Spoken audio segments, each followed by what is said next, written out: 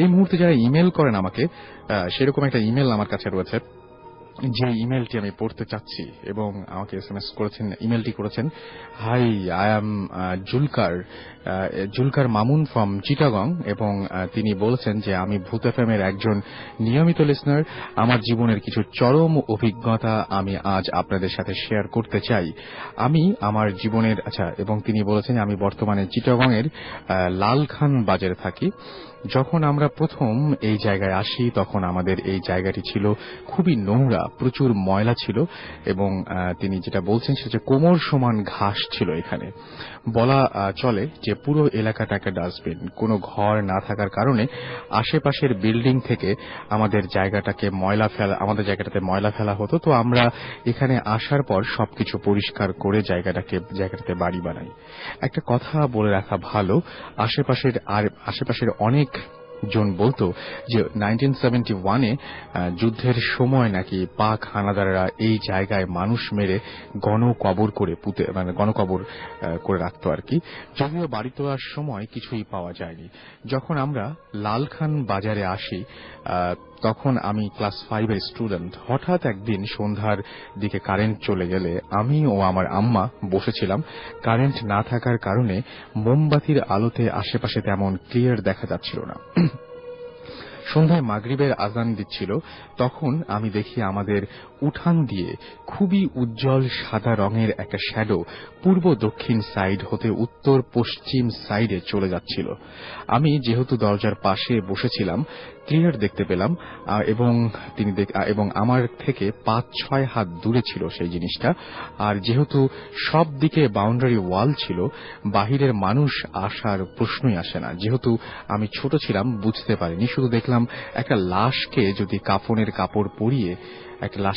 কাপড় পরালে যেমন লাগবে ঠিক তেমন ছিল। আর পা মাটিতে টাচ করা সত্ত্বেও দেখছিলাম যে ওইটা ভেসে ভেসে যাচ্ছে। মানে পা মাটিতে ছিল, বাট মনে হচ্ছিল যে ভেসে ভেসে মনে হয় যাচ্ছে। ঘোর অন্ধকারে পুরো একটা উজ্জ্বল সাদা রঙের শ্যাডো ক্লিয়ার দেখতে পেলাম। ওইটা এত আস্তে যাচ্ছিল যে আমার চোখের সামনে প্রায় 3-4 সেকেন্ড ছিল। চিৎকার করে আম্মাকে বললাম, এটা কি দেখো আম্মা। অবশ্য ততক্ষণে তিনি আর সেটা দেখতে পাননি, বাট বুঝতে পেরেছিলেন, কিন্তু আমাকে কিছু বলেননি। তুই ভুল দেখেছিস। বুঝতে পারলাম না ভালো জিনিস দেখলাম নাকি খারাপ জিনিস দেখলাম। আম্মা অবশ্য পরে বলেছে, তখন যদি বলতো আমি আরো বেশি ভয় পেতাম। আমাদের জায়গাটা খারাপ কিছু একটা আছে তা প্রথম বুঝে উঠতে পারেন আমার আম্মা। উনি যখন খাটে ঘুমাতে যেত মাঝে মাঝে নাকি খাট নিচ থেকেই জোরে জোরে কেঁপে উঠত। প্রথম বুঝতে না পারলেও পরবর্তীতে বুঝতে পারতেন। আমার বড় ভাইয়াও মেজো ভাইয়া কেউ রাতে ঘুমানোর সময় মাঝে মাঝে মাথায় টোকা দিয়ে ডিস্টার্ব করত কেউ। কিন্তু যখন আমাদের বাসায় মেহমান আসতো তাদের অবশ্যই ডিস্টার্ব করা হতো। মানে এটা মাস্ট ছিল, যখন কোনো মেহমান বাসায় আসবে তখন তাদের ডিস্টার্ব করা। যেমন একদিন আমার ছোট খালা বেড়াতে আসলো। তিনি যখন দুপুরের দিকে ঘুমাতে গেলেন হঠাৎ করে খাট কেঁপে উঠল। আর এক খালা রাতে ঘুমানোর সময় মাঝরাতে মুখের ওপর বালি ফেলেছিল কেউ। আমার এক দুলাভাই বেড়াতে আসলেন রাতে, তার গায়ের ওপর টেবিল ফ্যান ফেলে দিতে চাইল কেউ একজন। আবার একদিন আমার খালাতো বোনকে এমন জোরে থাপ্পড় মারল যে সে মাঝ রাতে জোরে জোরে কাঁদতে লাগলো। যখন আমরা উঠলাম তখন সে শুধু বলল যে কালো একটা শ্যাডো, দেখতে অনেক লম্বা, মনে হচ্ছে গায়ে কালো লম্বা লোম আছে, ওইটা তাকে থাপ্পড় মেরে গেল এবং তার গলা টিপে ধরতে চেয়েছিল। এই ধরনের ছোট ছোট অনেক ডিস্টারবেন্স ছিল বাসায়। তবে যে বড় দুটি প্রবলেম আছে তার একটি এখন বলছি। আমাকে একবারই ডিস্টার্ব করছিল, মেবি 2000 বা 2001-এর ঘটনা। আমি তখন 9-10-এর স্টুডেন্ট হব। তো আর সেটা ছিল স্মরণীয় একটা ঘটনা। রাত তখন প্রায় 3টা বাজে। আমি যখন ঘুমাচ্ছিলাম তখন হঠাৎ করে আমার কানের পাশে ঘুঁ ঘুঁ শব্দ শুনতে পেলাম, জোরে জোরে নিঃশ্বাস নেওয়ার শব্দ। কয়েকটা শব্দ শোনার সাথে সাথেই আমার ঘুম ভেঙে যায়, কিন্তু আমার ঘুম ভাঙলেও আমি চোখ খুলিনি। 2-3 সেকেন্ড পর আমি যখন চোখ খুললাম, দেখি আমার ফেস থেকে 6-7 ইঞ্চি ওপরে একটা বিরাট বড় মাথা। হালকা আলোতে দেখতে পেলাম ওইটা শুধু একটা মাথা, কোনো শরীর নেই, কিচ্ছু নেই, জাস্ট একটা মাথা। দেখতে পুরো বানরের মতো, কোনো বডি নাই, আর মাথাটা অনেক বড়। মানুষের 4টা মাথা এক করলে যত বড় হবে ঠিক তত বড় ছিল। চোখগুলো দেখতে লাল, আগুনের আগুন জ্বলছিল মনে হচ্ছিল। 2টি বড় বড় দাঁত এবং ওপরের চোয়ালে ওই মাথাটা এত বড় হাঁ করল যে আমার পুরো মাথা তার মুখ দিয়ে ঢুকে যাবে এরকম মনে হচ্ছিল। আমি ততক্ষণে বুঝতে পারিনি, তাই ভয়ও পাইনি। ভাবছি আমার মেজ ভাইয়াকে হয়তো বোবা ধরেছে আর সে আমার গায়ের ওপর পড়েছে। আমার পুরো শরীর আর একটু শক্তি নেই এবং আমি নড়তে পারছিলাম না। এইভাবে 2-3 সেকেন্ড যখন আমি এক দৃষ্টিতে তাকিয়ে রইলাম, দেখলাম ওই মাথাটা আস্তে আস্তে জাস্ট ভ্যানিশ হয়ে গেল এবং তারপর আমি শক্তি ফিরে পেলাম এবং আমি ফিল করলাম যে ওই খারাপ জিনিসটা আমার বাম হাতটাও চেপে ধরেছিল। ওইটা ইনভিজিবল হওয়ার পর আমার পূর্ণ সেন্স ফিরে আসে এবং বাম হাতে ব্যথা অনুভব করি, কিন্তু তখন বুঝিনি। যখনই বাম দিকে ফিরে দেখি যে আমার মেজ ভাইয়া অন্যদিকে ফিরে ঘুমাচ্ছে, তখনই সাথে সাথে আমার পুরো শরীর ঘেমে উঠতে শুরু করলো। বুঝতে বাকি রইল না যে আমার সাথে কি হয়েছে। সাথে সাথে কাঁথা গায়ে শুয়ে রইলাম আর দোয়া পড়ছিলাম। পরে যখন ফজরের আজান দিল, তারপর ঘুমিয়ে পড়লাম আর কি, এবং সকালে উঠে সবাইকে ঘটনাটা খুলে বললাম। আর নিজ থেকে কেন জানি মনে হলো যে ওই খারাপ জিনিসটা আমাকে ভয় দেখাতে চেষ্টা করেছিল। কিন্তু অতক্ষণ আমি যখন এক দৃষ্টি তাকিয়ে রইলাম, হয়তো আমার চাওয়া দেখে সে হয়তো উল্টো ভয় পেয়েছিল বা এরকম কিছু একটা মনে হয়েছিল তার। বাট পরে আর কোনো ধরনের কোনো ঝামেলা হয়নি। তার এরকম আরো অনেক ঘটনা আছে। সো আমরা এখন আরো একটা ঘটনায় যাব। আমাদের যে সমস্ত গেস্ট রয়েছেন তার মধ্যে প্রথম যে ঘটনাগুলো সেগুলো চিটাগংয়ের, এবং এরপরে দুটো ভয়াবহ অ্যাক্সিডেন্টের ঘটনা রয়েছে, সেই ঘটনাগুলো আমরা শেয়ার করবো আপনাদের সাথে। সো আমাদের প্রথম গেস্ট, আপনার নামটা একটু বলবেন please. Hi listeners, this is Shaon. Shaon, আপনার বাসা কোথায়? আমার বাড়ি চিটাং, ঢাকায় পড়াশোনা করি। আচ্ছা, চিটাগংয়ের কোথায়? চিটাং দাউনবাজার। ওকে। সো আমি চিটাগং গিয়েছি, কিন্তু এখনো ঠিক বুঝতে পারছি না কোন জায়গাটা। নিশ্চয়ই চিটাগংয়ের সবাই বুঝতে পারছেন জায়গাটা, তাই না? ওকে। সো ঘটনা যেগুলো ঘটেছিল সেই ঘটনাগুলো কি চিটাগংয়ে ঘটেছিল? ফার্স্ট যেটা কাহিনী বলতে যাচ্ছি ওটা ঢাকায় হোস্টেলে। আর সেকেন্ড যেটা বলবেন সেটা আমার গ্রামের বাড়ি চিটাগাং। চিটাগংয়ের কোন জায়গায়? চিটাগাং নোয়াপাড়া, রাউজান নোয়াপাড়া। ওকে, তাহলে আমরা কোনটা দিয়ে শুরু করতে পারি বলেন? ফার্স্টে কি ঢাকার ঘটনা শুনবো না ফার্স্টে চিটাগংয়ের ঘটনা শুনবো? ফার্স্টে চিটাগাংটা দিই। ওকে। সো আপনি যেহেতু চিটাগংয়ের ঘটনাটা আমরা আগে শুনি। Okay please. সেটা ক্লাস 5 এ পড়ি তখন। ক্লাস 5 এ পড়া বর্ষাকালীন সময় কাহিনী, এরকম সময়। ওকে। তখন আমার মামার বাড়ি থেকে বাবার বাড়ি বেশি হলে 1-1.5 কিলোমিটার দূর। তো দুটো রাস্তা, একটা কাঁচা রাস্তা আর একটা পাকা রাস্তা। তো আমি কখনো পাকা রাস্তাটা দিয়ে আসা যাওয়া করতাম, যদি আসা যাওয়া করতাম কাঁচা রাস্তাটা দিয়ে আসা। শর্টকাট হতো? শর্টকাট না, একই। আমি ওটা দিয়ে আসা যাওয়া করতে পছন্দ করতাম। তো আগে ওই সময় আসতেছিলাম, তো ওখানে আমাদের বাড়ির সামনে, একদম বাবার বাড়ির সামনে দিয়ে একটা খাল বয়ে গেছে। তো কাঁচা রাস্তা হোক পাকা রাস্তা হোক, ব্রিজ দুইটা পড়বেই। পাকা রাস্তার উপর পাকা ব্রিজ, কাঁচা রাস্তার উপর বাঁশের সাঁকো। তো বাঁশের সাঁকোর আরো কিছুটা সামনে একটা বুদ্ধিস্টদের গ্রেভিয়ার্ড, সাথে হিন্দুরা হয়তো বললে চিনবেন, সাবগোলা টাইপস। এটা জাস্ট একটা বৃক্ষকে মা হিসেবে পূজা দেওয়া হয়। ওকে। তো ওই জায়গাটাই যখন ওই বটগাছ তলায় আসলাম, তখন হঠাৎ করে ভয় লেগে উঠছে। আমি এতদিন যাবত আসা যাওয়া করতেছি ওই জায়গাটা দিয়ে, কখন আমার ভয় লাগে না। ওকে। ওই দিন হঠাৎ করে ভয় লেগে উঠছে।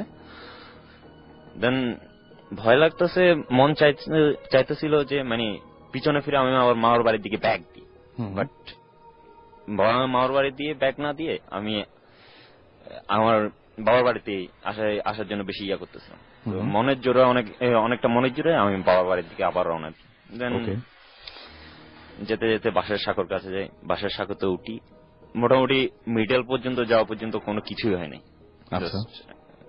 মানে নর্মালি ভয়টাই পাচ্ছে। মিডলে যাওয়ার পর হঠাৎ বাসার সাঁকো অস্বাভাবিক রকম, প্রচুর অস্বাভাবিক রকম, মানে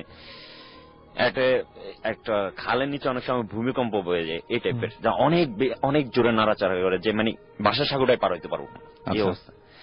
যে ওই বয়সে একটা ছেলে ওই বাসার সাঁকো পার করতে বেশি 5 মিনিট লাগে, বেশি হলে। ওই বাসার সাঁকো ওই মিডল পর্যায়ে থেকে আমার থেকে পার হইতে লাগছে আধা ঘন্টা। আধা ঘন্টা লাগার পর দেন তাও আমি পার হলাম, কোনো মতে পার হয়েছি। পার হওয়ার পর তখন অবভিয়াসলি বর্ষাকাল, তারপরে তো বিলের পর রাস্তার পর যেন আমাদের বাড়ি। বিলের মধ্যে পানি জমে আছে গোড়ালির কিছুটা উপর, তো পানি দিয়ে হেঁটে যাচ্ছি। সেভারাল টাইম আমার পাশে বা আমার পিছনে কেউ একজন পানির উপর হাঁটলে ছপ একটা আওয়াজ হবে, আমার নিজের পায়ের আওয়াজও শুনবো আমি, আমার পিছনে কেউ একজন হাঁটতেছে ওর পায়ের আওয়াজ আমি শুনবো, স্বাভাবিক। তো ওই সময় ওই এত ওটা তো ফাঁকা জায়গা দেখা যায় মোটামুটি। তো ওই রাস্তা দিয়ে হাঁটতাছি, আমার ছপছাপ আওয়াজের সাথে আরেকটা ছপছাপ আওয়াজ আমি শুনতেছি, এবং আপনার মনে হচ্ছে যে পেছনে কেউ একজন হাঁটছে। আচ্ছা, আমি বারবার পিছনে থাকাচ্ছি, কেউ নাই। দেন বাড়ির রাস্তার দিকে যাওয়ার সময় একটা হিন্দুদের পারিবারিক গ্র্যাভিয়েট, নতুন কবর এটা। তো ওদের নতুন কবর পুরনো শেষ হলে বোধহয় 1 সপ্তাহ না কয়েকদিন পর ওটা বেড়া দেওয়া হয়। আচ্ছা, 4টা বাঁশ খুঁটি হিসেবে বেড়া দেওয়া হয়। একটা নতুন কবর, তো নতুন কবরের ওই মানে বাঁশ দেওয়া আর কি, বাঁশের বেড়া দেওয়া। তো তখন বৃষ্টি পড়া স্টার্ট হয়েছে। তো 4 বাঁশের উপর 4টা মোমবাতি বসানো। আচ্ছা, 4টা মোমবাতি বসানো। এত বৃষ্টির মধ্যেও ওই মোমবাতির উপর পানি পড়তেছে, বৃষ্টির ফোঁটা পড়তেছে। যত বৃষ্টির ফোঁটা পড়ে তত ঘন ঘন করে ধরে ওঠে, আরো নিচ্ছে না, বৃষ্টির মধ্যে মোমবাতি গুলো জ্বলেছিল। আচ্ছা, ও দেখে আমি ভয়ে দৌড় দিই। সাথে আমার পায়ের আওয়াজ বেড়ে গেছে, পিছন দিয়ে পিছনে ছপছপানি আওয়াজ বেড়ে গেছে। দেন কোন রকম রাস্তায় উঠে রাস্তা দিয়েও দৌড়াচ্ছি, ঠিক একই আমার পিছনে ধূপ ধূপ কে একজন দৌড়াচ্ছে, এটা বুঝতে পারতেছি। আমি বারবার পিছনে থাকাচ্ছি, বাট কেউ নাই। ঠিক আছে, দেন দৌড়ে আমি আমাদের বাউন্ডারির ভিতরে এসে বাড়িতে চলে আসি। দৌড়ে বাড়িতে চলে আসি। দেন স্বাভাবিক হিসেবে মেনে নিতাম যদি ওই সময় আমি আর কিছু না শুনতাম। ঠিক আছে, আমাদের পারিবারিক পুকুর আছে, ওটা প্রায় রাস্তার পাশেই, রাস্তা থেকে দেখা যায়। আচ্ছা, তো আমার সেজ চাচি পুকুরের ঘাটেই ছিল। পুকুর ঘাট থেকে আসছে, এসে দেখে আমি বাড়িতে আসছি, বলতে শান্তি আসছোস? বলতে হ্যাঁ আসছি। তোর পিছনে দৌড়াইছিল মহিলাটাকে। হঠাৎ করে জিজ্ঞেস করলো তোর পিছনে দৌড়াইছিল মহিলাটাকে। তখন আপনার কেমন? এটা আমার মনে তো পুরো ধাক্কা খাওয়ার মতো একটা অবস্থা, যে আমি উনাকে কিছুতেই বলতে পারতেছি না যে মানে আমি অ্যাকচুয়ালি পিছনে কাউকে দেখি নাই, আমি ভয়েই দৌড়াইছিলাম। আপনি ভয়ে দৌড়িয়েছিলেন এবং আপনার তখন মনে হচ্ছিল যে পেছনে কেউ ছপ ছপ করে আসছে। প্রথমে যখন হাঁটছিলেন তখন মনে হচ্ছিল যে পেছনে কেউ ছপ ছপ শব্দ করে হাঁটছে, কিন্তু আপনি বারবার করে চেক করার জন্য পেছনে তাকিয়েছেন এবং কাউকে দেখতে পাননি। এবং যখন আপনার সেজু চাচি বললেন, তখন ব্যাপারটা হলো এরকম যে আসলে পেছনে কেউ একজন ছিল যাকে ঠিক আপনি দেখতে পাননি, একটা মেয়ে যাকে আপনার সেজু চাচি দেখেছেন। তখন কেমন লেগেছে? তখন ওঠা তো মানে ভয়েরই, আর তখন ক্লাস 5-এ। মানে এই ঘটনাটা খুবই অদ্ভুত, মানে এই ধরনের ঘটনা খুব কম শুনেছি আসলে, যে এরকম ধরনের ঘটনা ঘটতে পারে যে পেছনে একজন থাকবে, মানে আপনি দেখেন নাই কিন্তু অন্য কেউ একজন দেখছে। এবং আপনার দ্বিতীয় যে ঘটনা, সেই ঘটনাটা ঘটেছে ঢাকায়, তাই না? ঢাকায় আপনি একটা হোস্টেলে থেকে পড়াশোনা করেন এবং সেইখানে এই ঘটনা ঘটেছে। এটা কতদিন আগের ঘটনা? এটা ডিসেম্বর মাসে 2010। 2010 ওকে। সো তখন মানে কি হবে, রাত না দিন? রাত্রি। ওকে, শুনি তাহলে আমরা ঘটনাটা। আমরা হোস্টেল থেকে যারা পড়াশোনা করি, প্রত্যেকটা হোস্টেলেই রাতের বেলা মানে ফ্রি, রাতের বেলা পড়াশোনার পর ফ্রি থাকলে ছেলেরা কাঠ খেলে। তো ওই দিনও আরেক ফ্রেন্ডের রুমে কাঠ খেলতে যায় আর কি। তার আগে বলতে, আমার হোস্টেলে আমার রুমটা 3 জনের, আমার রুমমেট 2 জন বাড়িতে ছিল, আমি ওই দিন হোস্টেলে একলাই ছিলাম। ওকে। তো কাঠ খেলতে খেলতে 2:30 বেজে গেল। 2:30 বাজার পর আমি রুমে আসছি। রুমে এসে শুতে শুতে 3টা বেজে গেছে।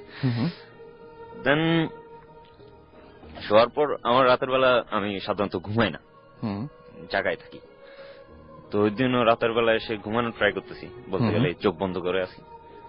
তো যাওয়ার কিছুক্ষণ 10-15 মিনিট পর, চোখ বন্ধ করে 10-15 মিনিট পর শুনতেছি আমার রুমে একসাথে অনেকজন মিলে কথা বলে, জাস্ট লাইক একটা সবাই গেলে যারা মানে একসাথে অনেকজন যেরকম করে কথা বলে এই টাইপের। আচ্ছা, মানে অনেক মানুষ। ওকে। ওই আওয়াজ চাপাই আমি আমার মার কণ্ঠ শুনতে পাচ্ছি। আচ্ছা। আমার মা যদি এখন শুনে থাকেন তো বলতে পারবে, আমি মাকে একদম পরের দিন সকালবেলায় ফোন করছিলাম। আচ্ছা, কাহিনী। ওকে। তো যারা মানে সাধারণত বিভিন্ন ঘটনা শুনে মনে করেন যে অনেকে হয়তো এমনি মানে কি বলবো যে নিজের মন থেকে বানিয়ে বানিয়ে বলছে, তাদের জন্য বললাম যে হ্যাঁ, তার মাও এই ঘটনাটা জানে। তারপর আমরা ঘটনায় চলে যাই প্লিজ। তারপর একসাথে অনেকজন মানুষের গলার আওয়াজ, দেন ওই আওয়াজ চাপাই মার আওয়াজ শুনতেছি যে সাউন্ড ওট। ঠিক আছে, মানে মা ডাকার চেষ্টা করতেছে, আমাকে জাগাবার চেষ্টা করতেছে, বাট আমি চোখ বন্ধ করে আছি কিন্তু সম্পূর্ণ সজাগ। আচ্ছা। 2টা কথা আপনাকে মেবি আমি ইমেলে পাঠিয়েছিলাম। আমার লাইফে কোনো সময় আমি হ্যালুসিনেশনে ভুগিনি, কখনো বোবায় ধরেনি। আচ্ছা, কখনো বোবায় ধরে নাই। এই ধরনের ঘটনা ওইটাই প্রথম, মানে এরকম রাতের বেলায়। আচ্ছা, তারপরে তো হঠাৎ করে মা ডাকার আওয়াজে হবে 5-6 মিনিট পর, দেন আমি জাস্ট ফিল করতেছি আমার পা কে একজন খুব জোরে চেপে ধরছে। ওকে। পায়ের একদম নিচের অংশে, গোড়ালির কিছুটা উপর, দেন আরেকটু উপর চেপে ধরছে। তো আমি চোখ আলতো ভাবে খুলছি, পুরোপুরি খুলিনি, ভয় লাগতেছে। আচ্ছা। যখন আমার হাঁটুর উপর হাত দিয়ে চেপে ধরছে, তখন আমি সাথে সাথে চোখ খুলে উঠে বসি। উঠে বসার পর দেখি আমার হাঁটু দুইটা সাদা হাতের জাস্ট গোড়ালি থেকে, কনুই থেকে 2টা হাত আমাকে চেপে ধরে আছে। আমি উঠে বসার সাথে সাথে হাত 2টা ডিসঅ্যাপিয়ার হয় চোখের সামনে ডিসঅ্যাপিয়ার হয়। ওকে। তো আমি তো মানে ভয় ওঠা, মানে জানি না এই টাইপের কেউ যদি পড়ে থাকে ওই বলতে পারবে যে আসলে ইনসিডেন্টটা কিরকম ছিল, ওই মুহূর্তটা আসলে কি। ওই মুহূর্তটা অনেক ভয়। আপনি যখন ঘুম ভেঙে হঠাৎ করে জেগে উঠে দেখেন যে আপনার গোড়ালি চেপে আছে 2টা হাত, তারপরে সেটা ধীরে ধীরে উপরের দিকে উঠছে, তাহলে যথেষ্ট ভয় লাগারই কথা। এবং এই ঘটনাকে আপনি বাসায় তো পরের দিনই ফোন করে জানিয়েছিলেন। পরে আপনি কারো সাহায্য নেননি বা কারোর সাথে কথা বলেননি? মানে পরে যদি আর এই সমস্যা আবারও কি ঘুরে আসছিল, নাকি আপনি কারো সাহায্য নিয়েছিলেন? আমি অ্যাকচুয়ালি কারো সাহায্য নিই, কজ ছোটবেলা থেকে আমার সাথে এই টাইপের অনেক কাহিনী হয়ে আসছে। ইভেন আমি 3.5 বছর বয়সে একবার পানিতে পড়ে গেছিলাম। তো আমি লাইফে 12 ইয়ার্স পচেছি। আচ্ছা, 12 বছর। সো এরকম ঘটনা আপনার সাথে অহরহই ঘটে থাকে, বাট এই যে বোবা টোবা বা এরকম ধরনের ঘটনা কোনোদিন কখনো হয় নাই। ওকে, সো একটু কথা বলবো। আপনার নামটা একটু বলবেন? আমার নাম সাগর চাকমা। আমার নাম রাঙ্গামাটি থেকে আমার হোম টাউন। আপনি রাঙ্গামাটি কোন জায়গায় থাকেন? রাঙ্গামাটি এটা হসপিটাল রোড। ও, হসপিটাল রোডে থাকেন। ওকে, সো আপনি বলছিলেন যে আপনি একটু আগেই বলছিলেন আমাকে যে আপনার একটু আগে শাওন যে ঘটনাটা বললো, একই টাইপের ঘটনা আপনাদের ওইখানে আরো ঘটেছে। জি। কিরকম হয়েছিল সেটা?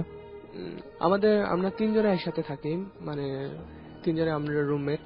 তো ফার্স্ট মানে শাওনের আগে মানে আমাদের ফার্স্ট ইয়ার হচ্ছে শ্রমিকের সাথে। তো ঘটনা এরকম যে শ্রমিক ওই দিন ঘুমাচ্ছিল, মানে প্রায় একই টাইমে আমরা ঘুমাই সবাই একসাথে, কিন্তু ওই দিন সম্ভবত শাওন ছিল না, মানে আমরা শুধু জাস্ট 2 জন ছিলাম। তো ওই দিন শ্রমিক মানে ঘুমের ঘরে স্বপ্ন দেখতেছে যে একটা লম্বা একটা মানুষ মানে লোমটম মানে লোমটম সহ মানে অনেক লম্বা, মানে প্রায় দেয়ালের উপরে, দেয়ালের কাছাকাছি এরকম। তো সে মানে একটা কাঁচি টাইপের একটা নিয়ে ওর পায়ের দিকে কাটতেছে, মানে প্রায় মানে ঘা করার জন্য মানে ডাক দিতেছে, কিন্তু ও জাস্ট কিন্তু ফিল করতে পারতেছে না, মানে ও ঘুমের ঘরে মানে জাস্ট এটা ইয়ে করতেছে। তো পরের দিকে সকালবেলা যখন ও ঘুমের থেকে উঠছে, তো সে দেখে যে মানে তার পায়ের ওখানে মানে দাগের চিহ্ন ঠিকই রয়ে গেছে, এবং একদম মানে সকালবেলায় উঠেও দাগ দেখতে পেয়েছিল এবং আপনারা দেখতে পেয়েছিলেন সেটা, যেটা সে রাত্রেবেলা একা এক্সপেরিয়েন্স করেছে সেটা সকালবেলাতেও ছিল। জি, তারপর সকালবেলা আমাদের মানে সে বললো। আর এরপরে শাওনের সাথে যেভাবে এটা হয় মানে সেম আমার সাথে মানে এই ধরনের আমি শ্যাডোটা আমি দেখছি। আচ্ছা, সেম জিনিস আপনার সাথেও হয়েছে। আর এমনিতে রাঙামাটিতে কোনো ঘটনা ঘটে না? রাঙামাটিতে তো মনে হয় অহরহ ঘটনা ঘটে। হ্যাঁ, রাঙামাটিতে এই ধরনের অহরহ ঘটে। সেম হলো আমার কাজিনের ওর মানে একটা ওর কি বলবো মানে ভাগ্নে মানে ছোট কালে মানে একটা অসুখে মারা যায়। তো মারা যাওয়ার পরে আমার কাজিনের সাথে মানে খুব আদর করতো ওই বাচ্চাটাকে, খুব আদর করা হতো ফ্যামিলির মধ্যে, ও খুব আদরের ছিল। তো হঠাৎ মানে এভাবে চলে যাওয়াটা মানে কেউ মেনে নিতে পারে না, সবার মনেই ছিল। আর আমাদের মানে বৌদ্ধ ধর্মে আছে যে আমাদের 7 দিন পরে মানে পরে তারপর কি বলে মানে এটাকে বলা হয়, আমরা বলে মানে এটা 7 দিন অন্ত্যেষ্টিক্রিয়া এই ধরনের যাতে।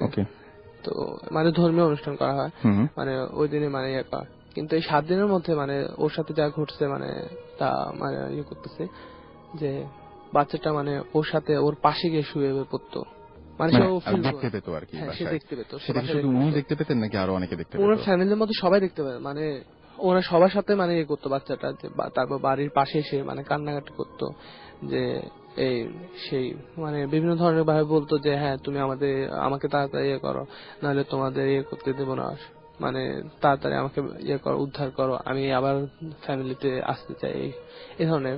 তারপর স্বপ্নেও মানে এই ধরনের করতেছে, মানে স্বপ্নের মধ্যেও মানে এই ধরনের দেখাইতো। তো তখন মানে থালা বাসন নাড়ানাড়ি করতো করতো। আর আমার মামা মানে কাজিন মামা সবাই এটা ফিল করছে, এবং এটা মানে ওই বাড়ির সবাই একসাথে এক্সপেরিয়েন্স করছে। আচ্ছা, এমনি আপনি ব্ল্যাক ম্যাজিকের কথা বলছিলেন রাঙামাটি অঞ্চলে, তো ব্ল্যাক ম্যাজিকে আপনি একটা কথা বলছেন বৈদ্য, তো বৈদ্যদের কি ধরনের ক্ষমতা থাকে বা এরকম আপনি বলছেন আপনার বাবা একবার এক্সপেরিয়েন্স করেছিলেন, ঘটনাটা একটু বলবেন? যদিও মানে ঠিক অতটা ভয়ের না, কিন্তু আসলে যে মানে এরকম প্যারানরমাল কোনো ঘটনা ঘটে এবং কেউ কেউ যে কিছু বিশেষ শক্তি রাখে, এই ব্যাপারগুলো সেই মানে অনেকেই হয়তো জানতে আগ্রহী হবেন, তো বৈদ্য ব্যাপারটা কি একটু বলবেন? হ্যাঁ, আমার বাবা মানে মানে বয়সে মানে তরুণ বয়সে মানে এই ধরনের বিশ্বাসই করতেন না।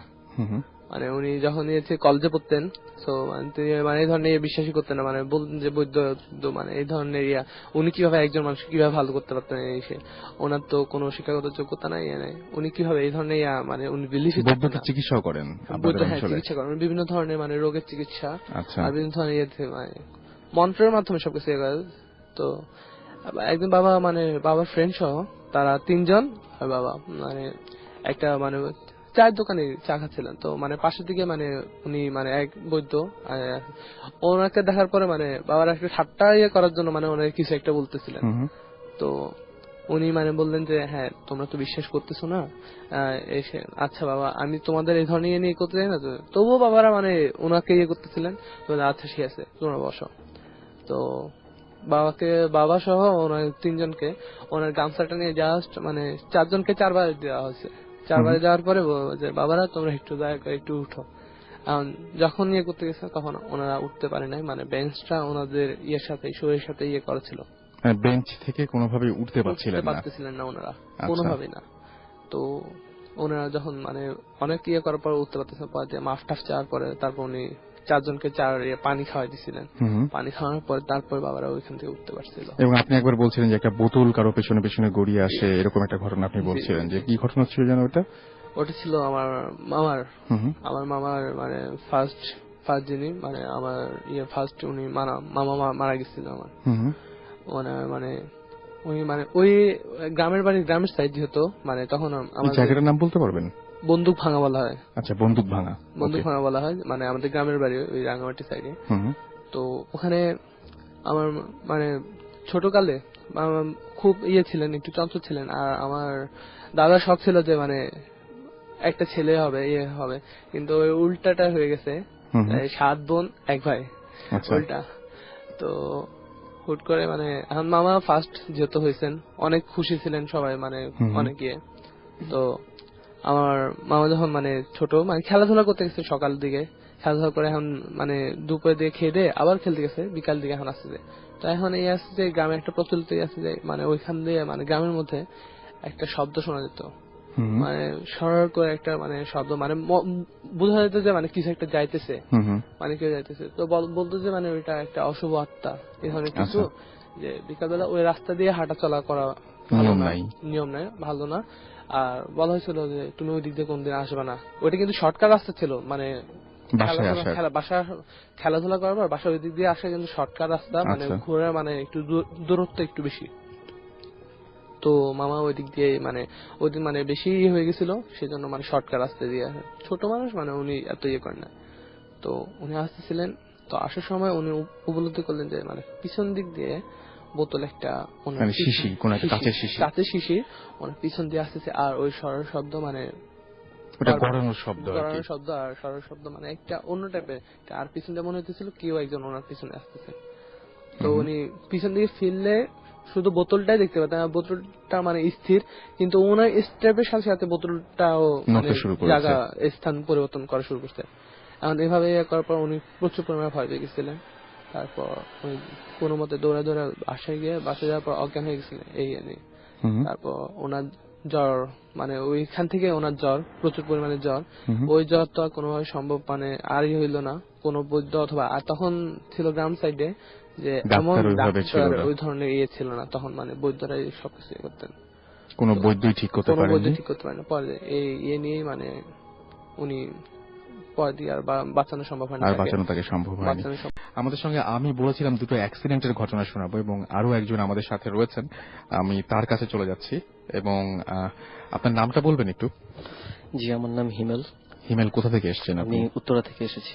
ওকে, সো হিমেল, আপনি এবং আপনার ফ্রেন্ড, কয়জন ফ্রেন্ড ছিলেন আপনারা?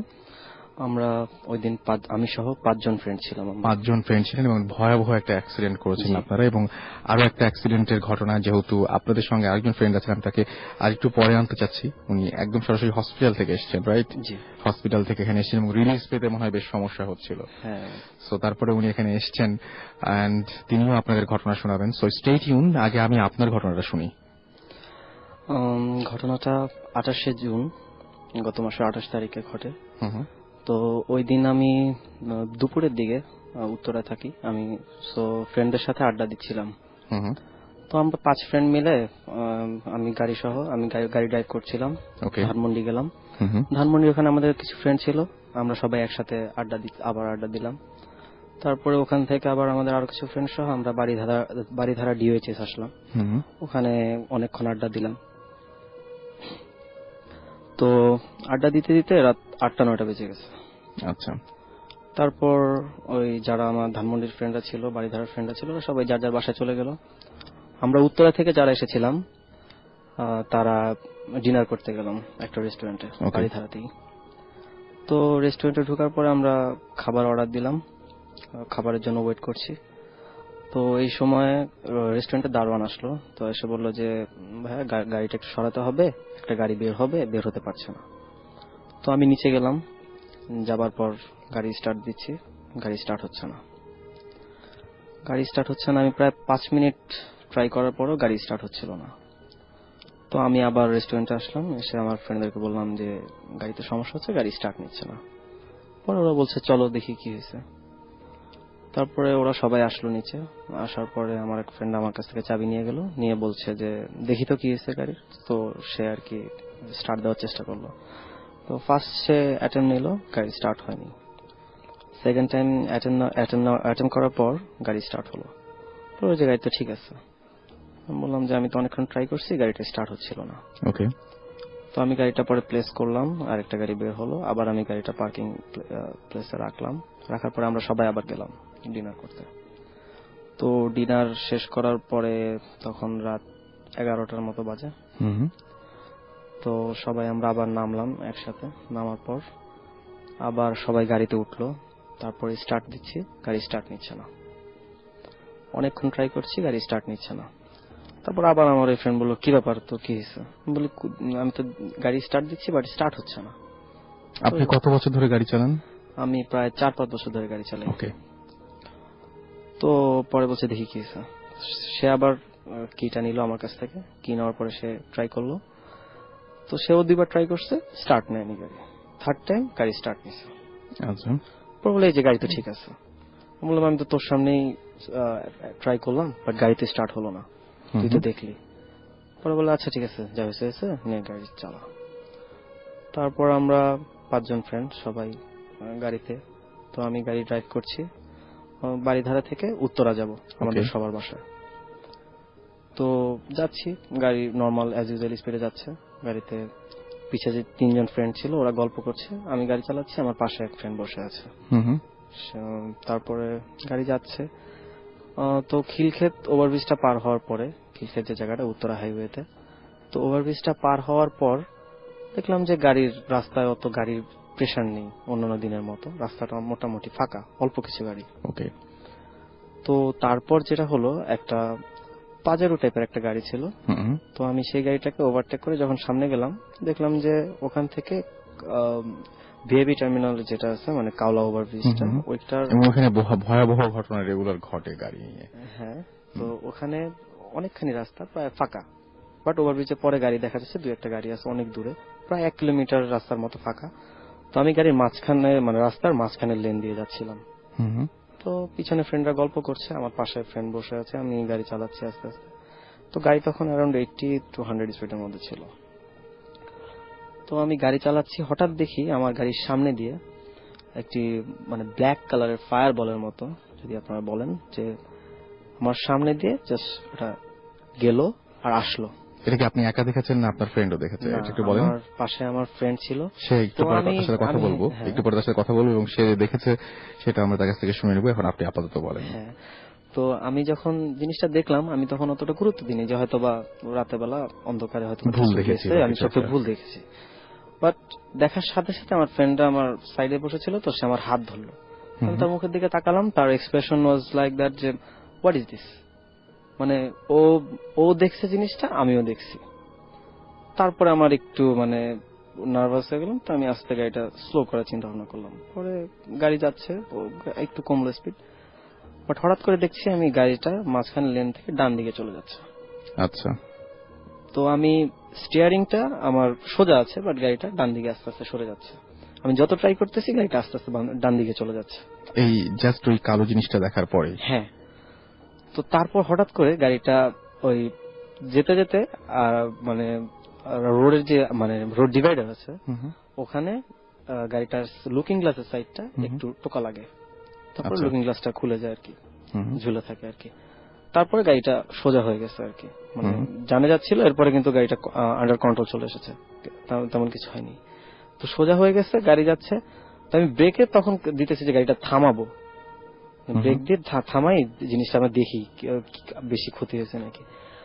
সার্টেন টাইমে হঠাৎ আবার ডান দিক থেকে একটা শব্দ হলো, মনে হলো যে ডান দিক থেকে কিছু একটা মানে হিট করছে। আচ্ছা, সামথিং হিট করছে, বাট ওই সময় রাস্তাটা পুরো ফাঁকা ছিল। আমি একটা গাড়ি ক্রস করে চলে এসেছি, ওই সময় রাস্তায় কোনো গাড়ি ছিল না। হিট করার পরেই আমার গাড়িটা পুরো উল্টে গেল, মানে গাড়ির ছাদটা নিচে, চাকা উপরে, রাস্তার মাঝখানে। ওকে। গাড়ির সামনের গ্লাস ভেঙে চৌচির হয়ে গেল, আর সাইডের গ্লাসগুলো সব নামানো ছিল, ওগুলো কিছু হয়নি। তো এটা ঘটার পরেই সবাই পেন্ট হয়ে, মানে পিছনে যে ফ্রেন্ডরা ছিল ওরা সবাই মানে ওই খোলা জানলার ফাঁক দিয়ে বের হয়ে গেল, বেন্ট হয়ে, মানে আস্তে আস্তে সিট থেকে বের হয়ে গেল। এই সময় বের হওয়ার সময় অনেকে হাত পা ছিলে গেছে, অনেকে ইনজিউর্ড হয়েছে, মাইনর ইনজিউর্ড হয়েছে। তো আমার পাশে যে ফ্রেন্ড ছিল, ওরা আবার একটু মানে পায়ের সমস্যা ছিল, সো বের হতে পারছিল না। তো ওরা 3 জন বের হয়ে ওকে টেনে বের করতেছে।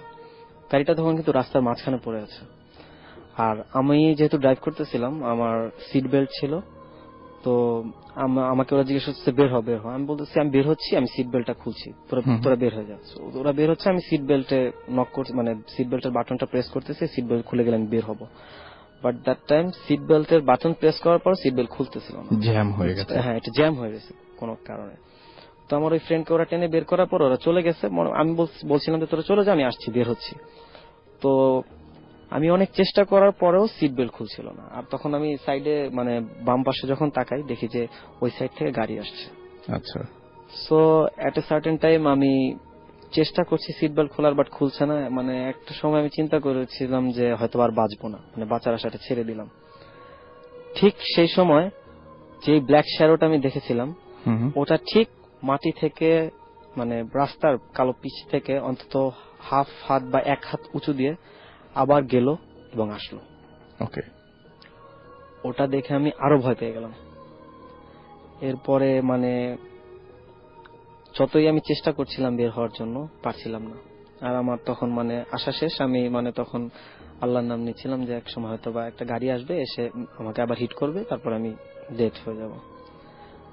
বাট আমার যে ফ্রেন্ডরা ছিল সাথে, ওরা আবার আসলো, এসে একজন সামনে গাড়ি ঠেকাচ্ছে একটা পর একটা, আর আমার সাইডে দুজন এসে পরে অনেক টানা হেঁচড়া করে সিট বেল্টটা খুলে আমাকে টেনে গাড়ি থেকে বের করলো। এই ছিল ঘটনা। এনিওয়েজ, আমাদের সঙ্গে সেই গাড়িতেই আরেকজন ছিলেন এবং যিনি হসপিটাল থেকে আমাদের সাথে এসে জয়েন করেছেন, তার সাথে আমরা একটু কথা বলবো এবং তিনি আমাদের, তার একটু নামটা আমি প্রথমে জানতে চাচ্ছি। কি নাম আপনার? হ্যালো লিসেনার্স, আমার নাম ইমতিয়াজ, উত্তরা থেকে। ওকে। সো আপনি সেই দিন সেই গাড়িতে ছিলেন এন্ড আপনার ফ্রেন্ড ড্রাইভ করছিল। আপনার ফ্রেন্ড যে জিনিসটা দেখেছেন এবং যেভাবে বর্ণনা করলেন, আপনিও কি ঠিক সেই জিনিসটা সেইভাবেই দেখেছিলেন? জি, সেভাবেই দেখছি এবং দেখার পরে আমি তার মানে ওকে ইন্ডিকেট করছি যে এরকম একটা কিছু গেছে, তুই দেখছিস কিনা। আচ্ছা। এবং তার কিছুদিন আগে আপনার আরো একটা অ্যাক্সিডেন্ট হয়েছিল এবং এই যে আবার আপনি আপনার ফ্রেন্ডের সাথে ছিলেন, তখন আরো একবার অ্যাক্সিডেন্ট হলো এবং এর আগে তো কখনো এরকম অ্যাক্সিডেন্ট হয়নি। না, এরকম অ্যাক্সিডেন্ট আর হয় নাই। আপনি তো নিজে বাইক চালান, এই জন্য বলছি যে এর আগে কোনোদিন কোনো অ্যাক্সিডেন্ট হয় নাই এবং আপনি বলছিলেন যে আপনি বাইক খুব ভালোই ড্রাইভ করেন। তো এই মুহূর্তে আপনার শরীরের অবস্থাটা একটু সবাইকে বলবেন যে কি অবস্থায় আছেন আপনি? এই মুহূর্তে আমার মেরুদণ্ডের 3টা হাড় ভেঙে গেছে আর আমার বাম পা সেন্সলেস আর কি, মানে সেখানে কোনো শক্তি নাই। আচ্ছা। এবং আপনার স্ক্রু লাগানো আছে বেশ কিছু? পিঠে 4টা স্ক্রু আর 2টা পাত লাগানো আছে। 2টা পাত লাগানো আছে। কি হয়েছিল যার জন্য এই অবস্থায় আপনাকে আসতে হয়েছে, এই ঘটনা আমাদেরকে একটু বলেন। জি, আমার ঘটনাটা হয়েছিল 2010 ডিসেম্বরে। ডিসেম্বরের 20 তারিখে আমার ফ্রেন্ডের কাজিনের বিয়ে ছিল। তো ফ্রেন্ড আমাকে ইনভাইট করছিল যে অবশ্যই সেখানে থাকতে হবে, কিন্তু সেই সময় আমি ঢাকায় ছিলাম না, আমি ছিলাম নওগাঁয়। আচ্ছা। তো 19 তারিখে যখন আমাকে ফোন করে যে কালকে উইডিং, তো তোর আসতে হবে, তো তখন আমার মনে পড়ে যে আসলেই। তো তখন আমি রাতে যে নওগাঁ থেকে ঢাকার যে লাস্ট কোচ, তার টিকিট কনফার্ম করি। লাস্ট কোচের টাইম ছিল 11:30। কিন্তু আসলে দুর্ভাগ্যবশত আমি বাসটা মিস করি। আচ্ছা। তো মিস করার পর তখন আমি সিদ্ধান্ত নিই যে না, যেতেই হবে। তো তখন আমি সিদ্ধান্ত নিই যে বাইক নিয়ে যাব। আচ্ছা। তো তখন শীতের দিন, রাস্তায় কুয়াশা, বাইক চালানো একটু রিস্কি। তো যাই হোক, আমার সব গোছায় টোছায় রওনা দিতে লাগে প্রায় আধা ঘন্টা 40 মিনিট, মানে 12টা সোয়া 12টার দিকে আমি রওনা দিই। তো রওনা দেওয়ার ফলে নওগাঁ থেকে আমার বাইকে তেল ছিল না, মানে তেল ছিল বড় জোর 1 কি 1.5 লিটার। তো এই লিটারে ঢাকা আসা সম্ভব না এই তেলে। আমাদের ততক্ষণে নওগাঁয় যে ফুয়েল স্টেশন গুলো ছিল, ওগুলো রাত 12টার পরই বন্ধ হয়ে যায়। তো আমি সিদ্ধান্ত নিলাম যতটুকু আছে ততটুকু আমি বগুড়া পর্যন্ত যেতে পারবো, এবং বগুড়া থেকে তখন সারা রাত স্টেশন খোলা থাকে, ওখান থেকে নেওয়া যাবে। তো আমি নওগাঁ থেকে রওনা দিই। রওনা দেওয়ার ফলে বগুড়া পর্যন্ত আমার রাস্তা কোনো সমস্যা হয় নাই। তো বগুড়া এসে আমি বাইকের ট্যাঙ্ক লোড করি। লোড করার পর আমি ওখানে ডিনারটা করি। তো তখন প্রায় 1:30টার মতো বেজে গেছে। তো বগুড়া থেকে সিরাজগঞ্জ যে রোডটা, ওই রুটে প্রায় 15 থেকে 20 কিলোমিটার যাওয়ার পর আমার বাইকের স্পিড তখন 90 to 100। তো এমন সময় হঠাৎ করে স্টার্ট অফ হয়ে যায়।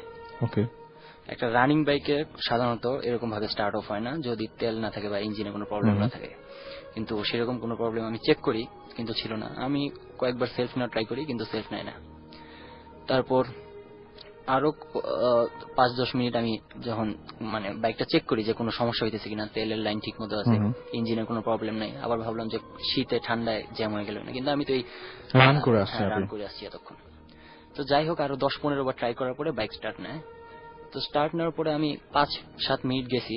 তো এমন সময় হঠাৎ করে আমি ফিল করতেছি আমার পিছে কেউ একজন আছে।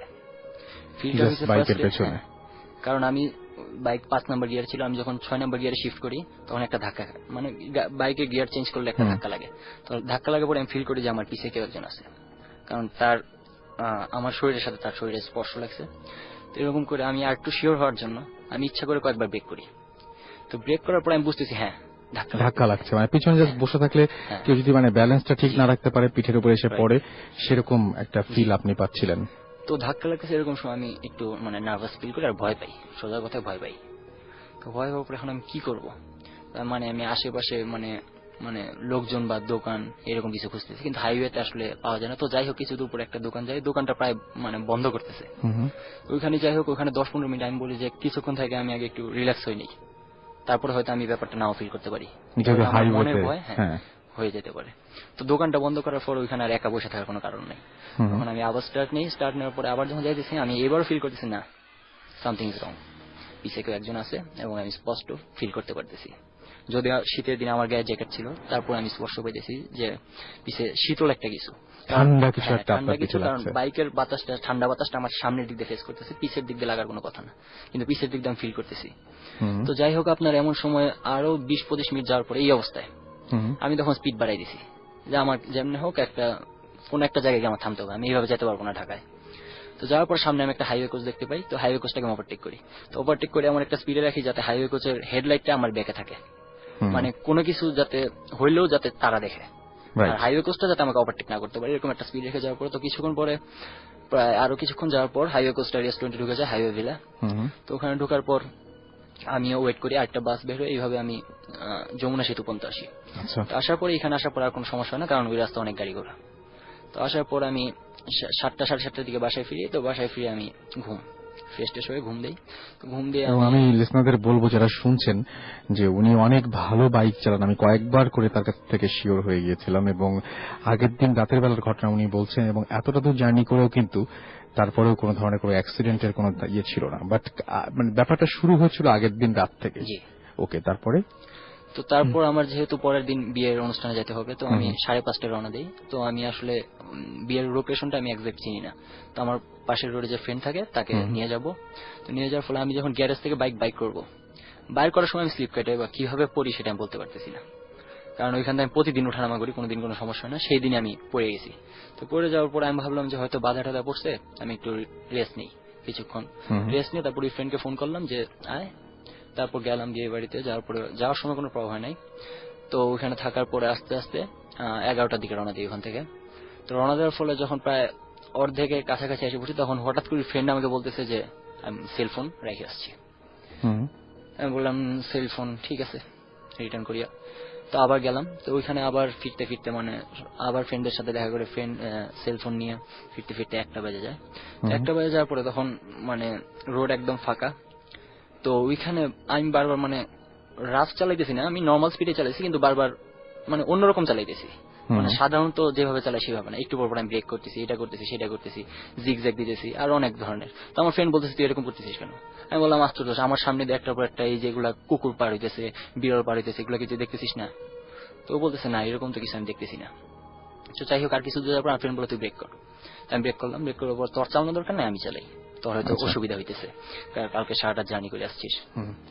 তা আমি আবার আমার কালকে রাতে কাহিনীটা কাউকে মানে বলার আমি সুযোগ পাই নাই ওকে। তো যাই হোক ও যখন চালায়, ও চালানোর পর কোনো প্রবলেম নেই, ও স্মুথলি চালাইতেছিল। তো চালানোর পর আপনার আরো 20-25 মিনিট পর আমি দেখতেছি যে সামনে একটা লোক, সাদা পাঞ্জাবি কি সাদা শার্ট পরা সেটা আমি ঠিক বলতে পারবো না, সাদা একটা কিছু পরা, সে রোড ক্রস করতেছে। ঠিক আছে, তাই আমি ভাবছি যে আমার ফ্রেন্ড সেটা দেখছে, সে সেটা দেখে সেভাবে ফাঁকা রাস্তা কিচ্ছু নাই তাছাড়া। ওকে, তো ওই লোকটা রোড ক্রস করতেছে, যখন প্রায় কাছাকাছি এসে পড়ছি তখন আমি বলছি কি তুই বাইক ব্রেক করতেছিস না কেন? ও বলছে ব্রেক করবো কেন? আমি বললাম আরে সামনে মানুষ তো।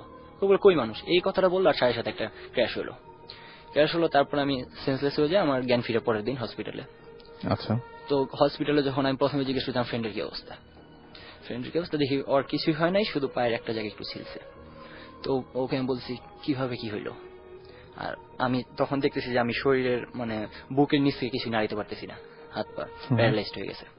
তো আমি বললাম তখন ও বললো যে আমি কিছুই জানি না। আমি বললাম কেন? একটা লোক ছিল সামনে এই সেই। তখন ও বলতেছে যে না, আমি ওইখানে ক্র্যাশ করার পর তুই তো মানে অনেক দূরে গিয়ে বাড়ি খাইছিস আইল্যান্ডের সাথে, তুই সাথে সাথে সেন্সলেস হয়ে যাস, কিন্তু আমার তেমন কিছু হয় না, আমি ওখানে দাঁড়াইছিলাম, তোকে ধরি কিন্তু ওইখানে কেউ ছিল না, এবং আমি যেটা বুঝতে পারছি সেটা সামনে দিয়ে আমার হিট করছে, আমি ব্রেক করার চান্সও পাই নাই। মানে কিছু একটা এসে বাধা একদম সঙ্গে সঙ্গে, বাট সামনে তো রাস্তার সামনে তো এরকম হুট করে কিছু থাকার কথা না, আর স্পিড ব্রেকার থাকলেও এইভাবে পড়ার কথা না। রাইট, স্পিড ব্রেকার থাকলেও সেভাবে পড়ার কথা না। এবং আপনি দেখেছিলেন সেই লোকটাকে, কিন্তু সে দেখতে পায় নাই, বাট তার খুব আজব লেগেছে যে হঠাৎ করে এরকম কিসে বাধা পড়লো এবং কিসে বাধা পড়লো, আর আমি ওকে বা কিসের কথা বললাম, রাইট, কারণ রোডটা খালি ছিল। এবং আপনাদের দুজনের কাছে এই ব্যাপারটা এখন রহস্যই থেকে গেছে যে কিভাবে অ্যাক্সিডেন্টটা হলো। এবং আপনি তার আগের দিন রাতের বেলা যেটা বলছিলেন যে আপনি ফিল করছিলেন যে বাইকে আপনার পেছনে কেউ আছে। ওকে, সো এই হচ্ছে ঘটনা, এবং আপনি বলছিলেন যে এই ঘটনাটার কারণে আপনার জীবনটাই মানে পুরোপুরি অন্যরকম হয়ে গেছে, রাইট? জি, আসলে।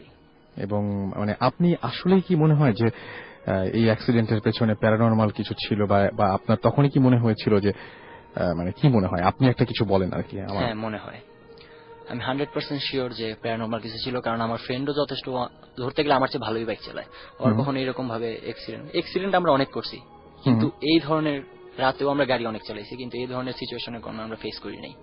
এটা আমার লাইফের ফার্স্ট। রাইট, এবং আমার কাছে খুবই অদ্ভুত লেগেছে যে আপনি দেখেছেন, সে দেখেনি, কিন্তু বাড়িটা খেয়েছেন এবং রাস্তার মাঝখানে, যেখানে হচ্ছে আপনি বলেন সামনে পুরো ফাঁকা ছিল, সম্পূর্ণ ফাঁকা, এবং বাস টাস কোনো কিছুর কোনো ইয়ে নেই, এবং আশেপাশের মানুষজন নিশ্চয়ই ততক্ষণে আপনাদের এসে সাহায্যও করেছিলেন, তারাও নিশ্চয়ই এরকম কোনো কিছু দেখেন নাই। না, তারা তো, আমার ফ্রেন্ডই যেহেতু খোঁজ পায় নাই, এবং সত্যি যদি সামনে কোনো মানুষ থাকতো তাহলে ডেফিনেটলি সে মারা পড়তো, অবশ্যই মারা পড়তো, এবং আপনারা জানতেন যে কোনো একটা মানুষ মারা গেছে, বাইকটা ভালো স্পিডে ছিল। সো এই হচ্ছে ঘটনা। এই ঘটনার পেছনে কোনো কারণ বা কোনো ব্যাখ্যা আমরা দিতে যাচ্ছি না, এটা পুরোপুরি আপনাদের ওপরে, যে আপনারা কি ভাবছেন না ভাবছেন সেটা আমাদেরকে SMS করে অবশ্যই আপনাদের মতামত, মূল্যবান মতামত আমাদেরকে জানিয়ে দিতে পারেন। আপনার তো বেশ কিছু ঘটনা রয়েছে, এবং তার মধ্যে একটি ঘটনা আপনার বন্ধুর একটা ঘটনা রয়েছে, রাইট? তো বন্ধুর ঘটনাটা আমরা আগে শুনি না, ওইটা দিয়ে শুরু করি। আচ্ছা, আমার বন্ধু নাম রাসেল, সে মাদ্রাসায় পড়ে। না, আপনি রাস্তার একটা ঘটনা বলবেন বলেছিলেন। ও, রাস্তার যে ঘটনাটা সেটা আমি বলছি, সেটা হচ্ছে আমার নিজের ব্যক্তিগত ঘটনা, ওটা আমি নিজে দেখছি সম্পূর্ণ। ওই গ্রামটাতে, আমি যে গ্রামটাতে, সেটা আমার নানুর বাড়ি গ্রাম। ওই গ্রামটাতে কারেন্ট নাই, বিদ্যুৎ সংযোগ অনেকদিন ধরেই নাই, এবং খুব নির্জন একটা গ্রাম, আর জংলা টংলা আছে রাস্তার দুই ধারে। এখন আমি হঠাৎ করে বাড়ি ফিরছি, তখন প্রায় বাজে রাত্রে 1টার উপরে।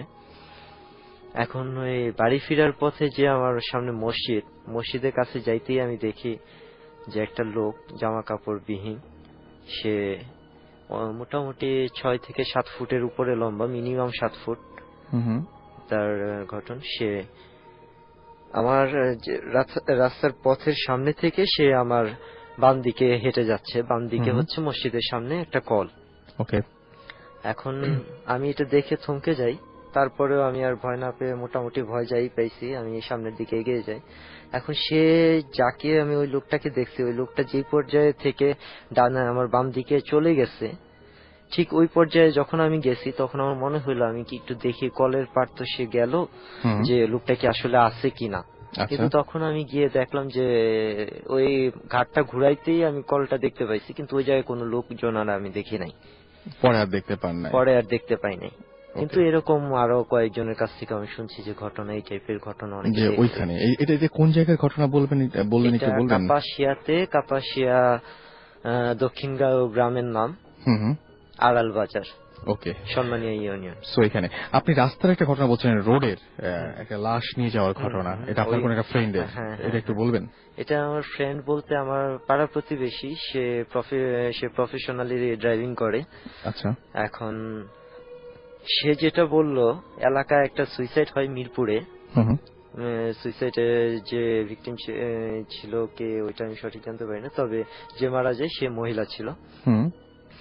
এখন তার লাশটা হচ্ছে মানিকগঞ্জ নিবে, ওই জায়গায় দাফন করবে, কিন্তু কোন ড্রাইভার কেন জানি ওই দিন রাতের বেলা যখনই শুনছে যে এটা সুইসাইডের কেস বা আরো ঘটনা ডিটেলস জানছে, কেউ যাইতে রাজি হয়নি। পরে যে ছেলেটার কথা বলতেছিলাম, আপনি যাকে ফ্রেন্ড বলতেছিলেন, সে ফ্রেন্ড প্লাস আমার এলাকাবাসী, সে রাজি হয়েছে যে আমি নিয়ে যাব। আমি মোটামুটি একটু জানি, আমি দোয়া টোয়া করে আমি নিয়ে যাব, সমস্যা নাই।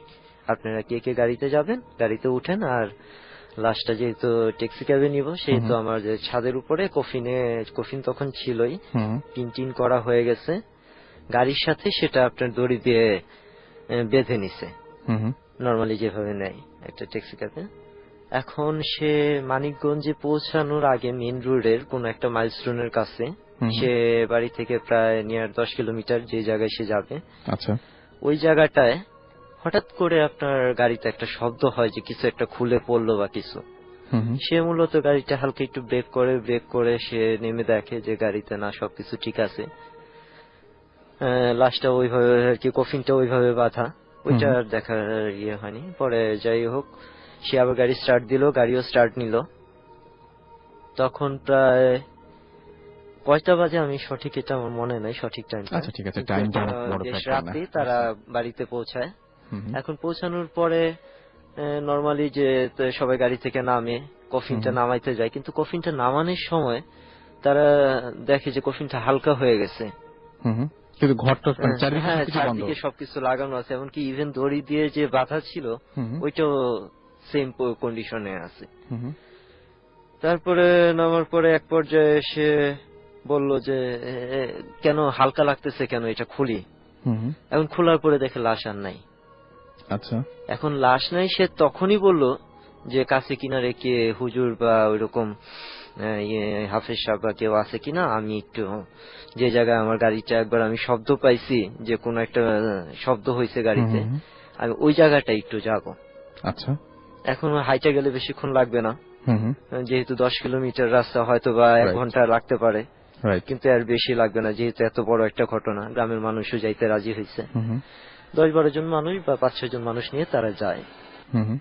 যাওয়ার পরে যেটা দেখে যে লাইট ধরার পরে ওই যেই জায়গাটাতে তারা গাড়িটা ব্রেক করছিল, শব্দ হয়েছিল, তার পাশে একটা মাইলস্টোন, ওই জায়গায় কিলোমিটার ইয়েটা লেখা, ওই জায়গায় লাশটা বসে আছে। দূরের থেকে যখন লাইটটা পড়ছে যে কিছু একটা বসে আছে, কাছে যায় দেখে যে লাশটা সবই ঠিক আছে, একটা পাও নাই। আচ্ছা, একটা পা নাই এবং লাশটা বসে আছে। হ্যাঁ, বসে আছে মানে কি ওই জায়গায় বসানো অবস্থায়, মাইলস্টোনের পিছনে হেলান দিয়ে বসা। আচ্ছা, এর পেছনে পরে কোনো কারণ পাওয়া গেছে? এর পিছনে পরে আর সে কোনো কারণ থাকলো আমাকে আর বলতে চায় না। এই ঘটনাটাই সে আমাকে একদিন বলছে, কিন্তু পুরোপুরি সে আর আমাকে বিস্তারিত বলতে চায় নাই। কফিন থেকে লাশটা বেরিয়ে যাওয়াটা খুব আজব, এবং কোনো থেকে ভাঙেনি। এটা আমি শুনছি, কিন্তু সেও যেভাবে বলছে তার বলার প্রতি আমার একটা ফেথ আছে, কিন্তু এরকম ঘটনা আমি আর আগে শুনি নাই। তবে অবাস্তব তো কিছু না হইতেই পারে, এটা আমার যেটা মনে হয়। ডেফিনেটলি। আপনার সাথে আরো বেশ কিছু ঘটনা ঘটেছিল, তার মধ্যে থেকে 2-1টা বলেন। তার মধ্যে আরেকটা ঘটনা হচ্ছে যে আমি ওই গ্রামেরই ঘটনাটা বলবো, যে ওই গ্রামে আর কি আমার 5-6টা বছর খুব কাটছে। আর আমি বেশ রাত করেই, মোটামুটি আমরা বন্ধু বান্ধব একটু রাত করেই বাড়ি যেতাম। আচ্ছা, যেহেতু বাজার থেকে একবারে হয়তো বিকালের দিকে বাজারে যেতাম, একবার রাতে বাড়ি ফিরতাম। এখন ওই ফেরার পথে হঠাৎ করে আপনার কুলুপাড়া বলে একটা পাড়া আছে, ওই জায়গায় মেইন রাস্তা দিয়ে যে জায়গায় আমি বাড়িতে যাবো, আমার পাশে আমার এক সিনিয়র বড় ভাই আছে। এখন ওই জায়গাটায় হঠাৎ করে আমি যাওয়ার আগের থেকেই মনে হচ্ছে আমি কোত্থেকে জানি একটা কান্নার শব্দ পাচ্ছি, কিন্তু কান্নার শব্দটা বৃদ্ধ মহিলা কিংবা ওই টাইপের কিছু। আচ্ছা, সে যাই হোক, আমি কান্নার শব্দটা পাওয়ার পরে আমি একটু দাঁড়ায় গেলাম। রাস্তার ধারেই কলপারের সাথে আবার বাড়িও। আচ্ছা, কিন্তু বাড়ির খুব কাছ থেকে কান্নার শব্দটা আসতেছে, বোঝা যাচ্ছে যে কলপার থেকে আসতেছে। এখন পরে আমি আমার ওই ভাই প্লাস বন্ধুকে বললাম যে ভাইয়া, এরকম এরকম ব্যাপার, কান্নার শব্দ কি আপনি পাচ্ছেন? আমি তো পাচ্ছি, মনে হয় কোনো বৃদ্ধ মহিলা পড়ে গেছে বা কিছু কলপারে, আসেন একটু ডাক দিয়ে বলি। এখন ডাক দিয়ে বলতে গিয়ে হয়েছে কি, সে বলতেছে আচ্ছা তুই গিয়ে ডাক দে, আমি এনে দাঁড়াইলাম। এখন ওই ডাকার পর্যায়ে যখন আমি আগে ওই কলপারে যাওয়ার আগে আমি একটু চিল্লাইলাম যে বাড়িতে কেউ আছেন, যে মুরব্বী তো কেউ একজন হয়তো পড়ে গেছে, কে আছেন একটু দেখেন। কিন্তু আমি মোটামুটি 3 থেকে 4 বার ডাকাডাকি করেও কোনো শব্দ পাই না। এট এ টাইম আমি কান্নার আওয়াজটা আমার কানে আসতেছে। তখন আমি একটু কৌতূহলবশত কলপারের দিকে এগিয়ে যাই। আচ্ছা, এখন কলপারের দিকে যখন আমি এগিয়ে যাই, সাথে সাথে আমি ওই কলপারে একটু বেড়া ছিল, ওই বেড়াটা ফাঁক করে যখন আমি মাথাটা দিতে গেলাম তখন দেখি আর কোনো কান্নার আওয়াজও নাই, ওই জায়গায় কোনো শব্দও নাই। আচ্ছা। আর আমি যতক্ষণ ওই জায়গাটায় স্টিল ছিলাম এই কান্নার ঘটনাটা আমার মনে হচ্ছিল যে আমি মিনিমাম 15 থেকে 20 মিনিট মিনিমাম আমি ওই জায়গাটায় এই জিনিসটা আমার মাথায় লাগতেছে। কিন্তু এই সময়টাতে আপনার আমি কোনো লোক যাইতে দেখি নাই রাস্তায়, আমি আর আমার ফ্রেন্ড ছাড়া। আচ্ছা।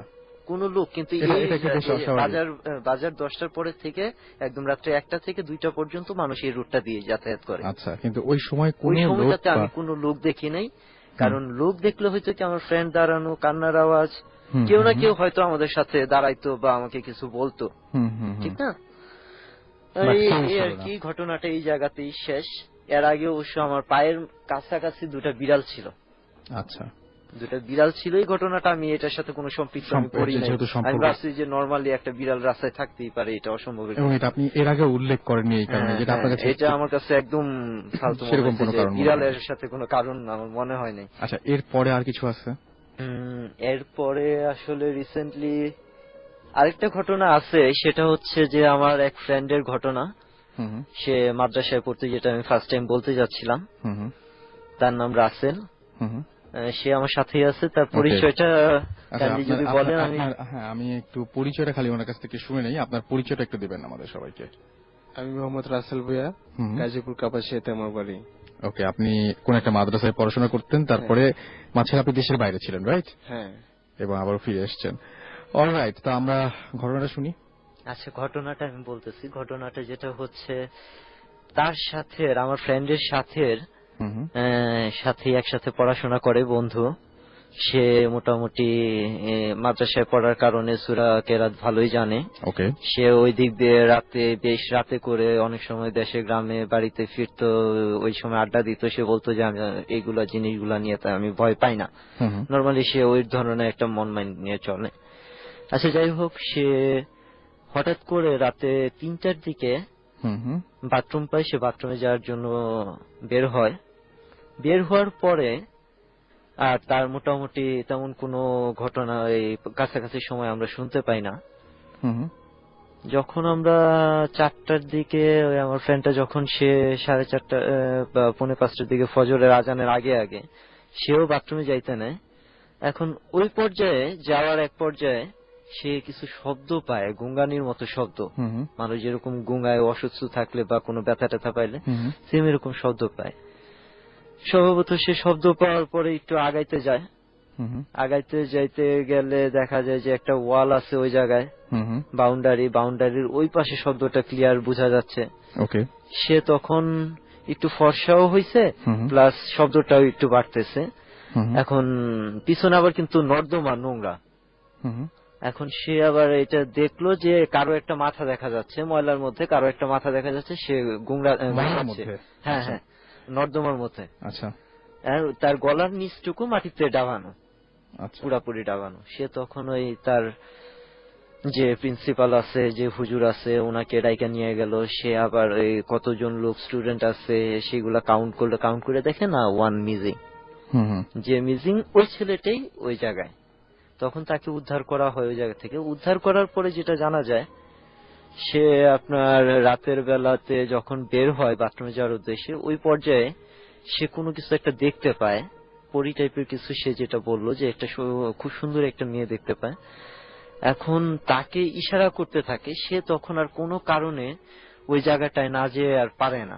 তার পেছনে তার শক্তি হয়তো বা কোনো কারণে লোপ পায়। আর সে তার ইশারায় হাতছানি দিতে দিতে সে কিন্তু যাইতে থাকে। অলরেডি এট এ টাইম সে ওই ওয়ালটা ক্রস করে সে নর্দমার পানির মধ্যে সে ঢুকে যায়। সে যেটা বলে, তাকে লাস্টের দিকে তার ফেজের মধ্যে যেটা দেখা যায় যে উদ্ধার করার সময়, যে তার ফেজের মধ্যে অনেকগুলা দাগ পাওয়া যায়, খামছানোর অনেকগুলা দাগ পাওয়া যায়।